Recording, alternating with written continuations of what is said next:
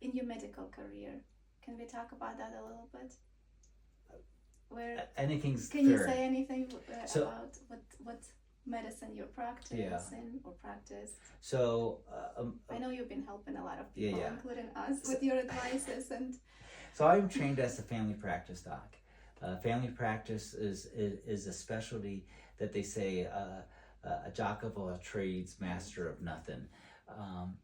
But it still enables me to take care of everything from when a person is before they get pregnant, while they're pregnant, deliver them, take care of their kids afterwards, and take care of the family through the whole time period. And I really do appreciate it. I've had some incredible experiences, even early on in my training. I remember going to the island of Yap, which is in Micronesia. And while I was there, it was just like, I learned very early how to start adapting and adjusting when you don't have the modern medical technologies that we rely on so much. And the case that brought this in, if you can picture, was a baby that was born premature, and they needed to put it underneath the hood. And this area there, they only have a 2% C-section rate, but this was an emergency. The placenta was separated, so it saved the baby's life. And as they were putting it underneath there, it was underneath the hood and it was breathing. But I remember talking to the doctor, another family practice doctor who had been there for many years, and I asked Dr. Rudstein, I said, how do you know if the baby's getting enough? Because there was no pulse ox, nothing indicating that. And he says, well, if they're breathing fast, you just turn up the oxygen, and then you slowly just start taking it down and seeing how it does. It makes a lot of sense. But in the modern areas that we can often operate, we get used to an over-reliance on testing and things like that. So it was a special experience early on in my career. My career spanned through the military. I was an Army family practice doc. My wife counted all the times. We probably moved 13 times at least in the 28 years that I was there. A lot longer than expected, but it's provided a platform now that I'm retired from the Army to be able to actually personally fund our travels.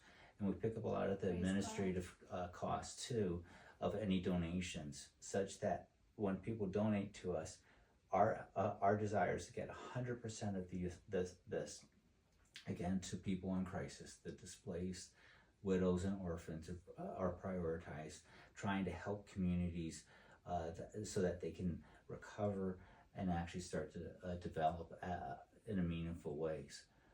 We are involved in a lot of countries right now. The Ukraine trips were in and out ones.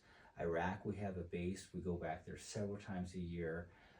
We have some growing opportunities in Pakistan, working with several groups there, from Afghan refugees to brickyards where there are slaves that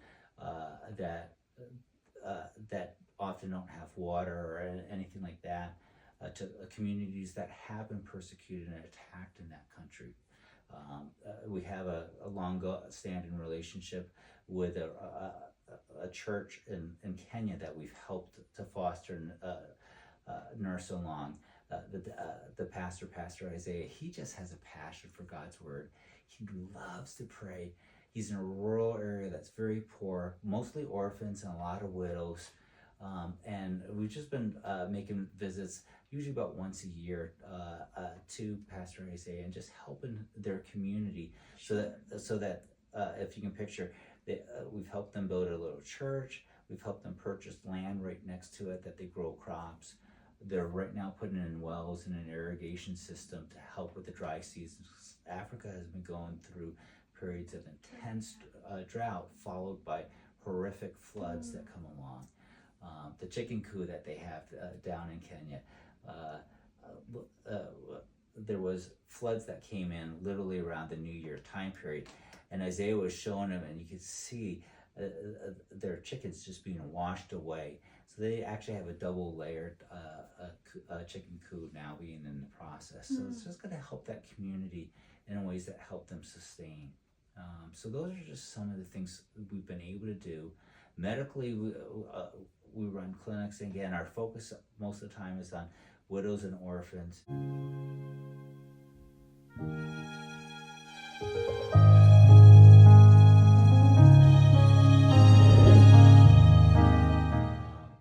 But we've been in refugee camps in Iraq, working with the communities too that are displaced. The area in northern Iraq, Erbil, that we operate, it's a population normally of 1 million people, and there's 1 million Syrians in that area. There's over the years that we've been there, our focus has changed from a lot of the refugees camps to actually helping people right there in Erbil itself, because they are in a tremendous area of uncertainty, of attack, of just wrestling with difficult situations. Syria, where they're coming out of, has about 30, maybe 60 minutes of electricity a day, and a month's wages there will be able to get a person 1, maybe 2 cartons of eggs. So the families pull and they send family members out for good reasons to try to so that they can send resources back in. But it has really, really been challenging, and an area that God willing, I will be back there in about a week, actually in a couple of days at this time period.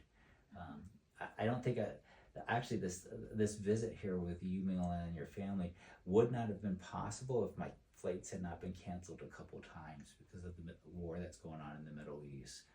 But my heart is out there. That you're with us. Yeah. We had a wonderful time. It has been. Yes. And I'm really, really wanting, part of the push to get back to Iraq is we have a daughter, a son-in-law, and their 5 kids. They're in Erbil right now.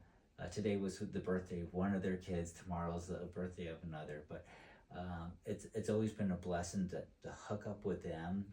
That's been some of the joys that I've had. Yeah, can you please mention where people can go to learn more, and if they would like to donate or participate, be partakers? So we have a website, and it's www.SojournersUnited. That's SojournersUnited. That's one word, and I'm going to spell it. I will put the link too. Okay. Just so it'll be easy. So it's not an easy word to spell, but SojournersUnited.org, www.SojournersUnited.org. And we have a donate area there. Again, if it is a tax deductible donation, if that would be made. And our desire again is to take 100% of that gift, again, to get it to people that are in crisis, that are displaced, the widows, the orphans, to help out those communities, to sow into people that are there all the time while we're going around to places. And our desire is to love God, to serve people, to build a better country. And actually, in so many ways, when I think of building a better country, it has a duality. It has that desire, again, to help people work in the countries that they have. But we know that this world and its ways is going to pass away. But God has a heavenly country that will last forever. Amen. And that's where you can sow into those so that there's eternal treasures and deal with those things. You had mentioned some of the neat experiences, and I've had incredible, vast experiences, again, through the military with several deployments, but also, there was one trip that we had made into Iraq. It was during COVID time period, but it was going into the refugee camp, and it turned out to be one of the best clinic days I'd ever had. And the reason why was we had hooked up again with another team that was going in there. They had a lot of providers. They had a pharmacy. They had an eye doctor. They had a prayer team, but so it was almost like a whole holistic ministry going on there in the camp. That being said, though, when I was dealing with people, and you would have these Syrian refugees, and you would just listen to their stories. Sometimes I had the medicines to give to them. for which I was so grateful. But some of them just had needs that were going to exceed the capabilities.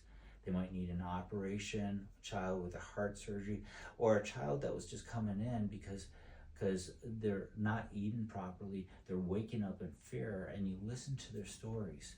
To all these people, as I was listening to it, it was just like, it was just a gentle thing, but when you start to listen to people that are in pain and to hear some of their story,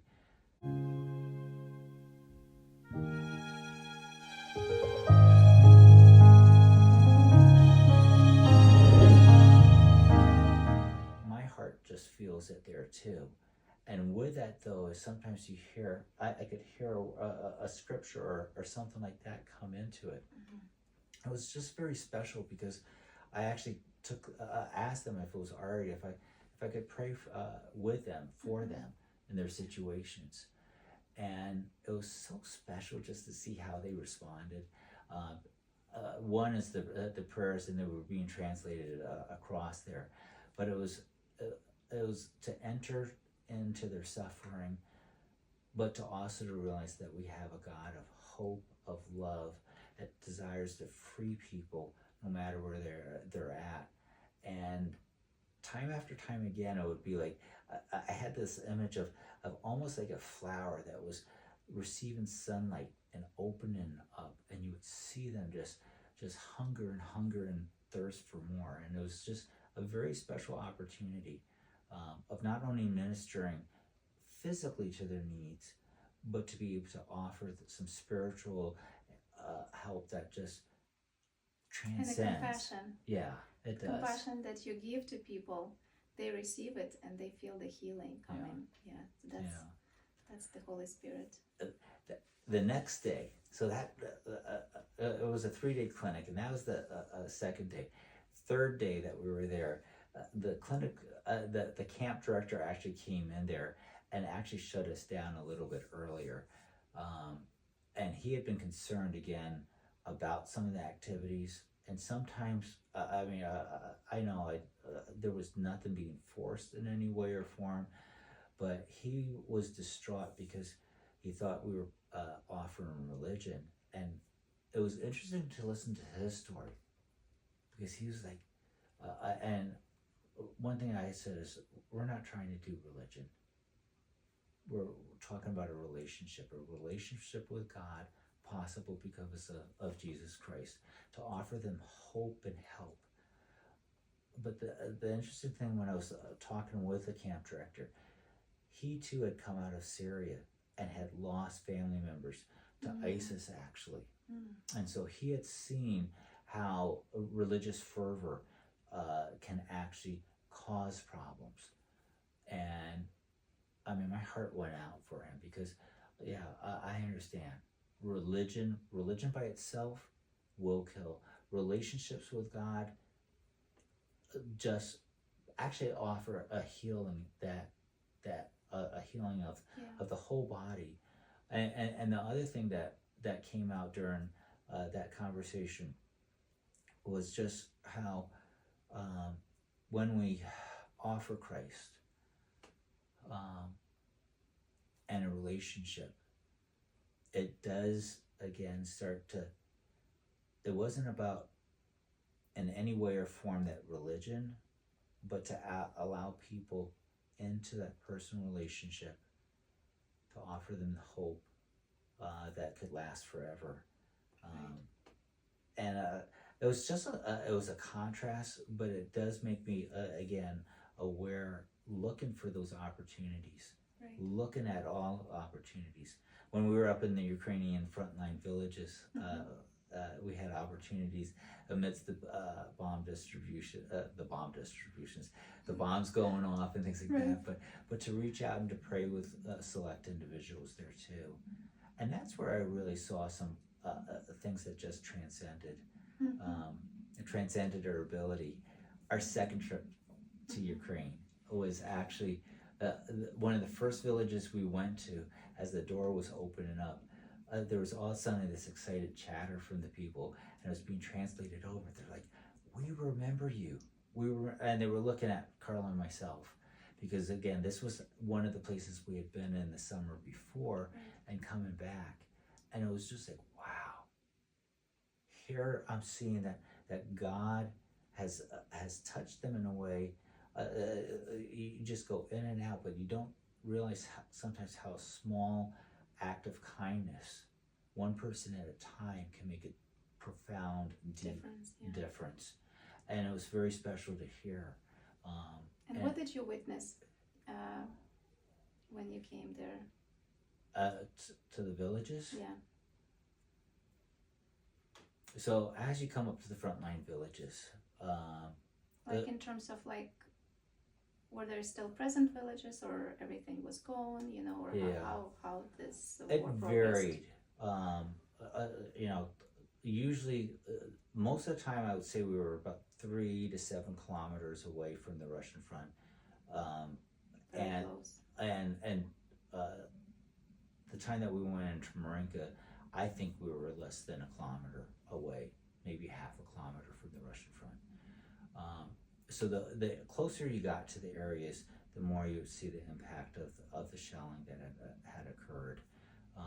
One of the places that we went to, I remember, we were distributed in between 2 buildings, and they were just showing us where some fresh rockets had landed within the last several days and just blasted areas apart.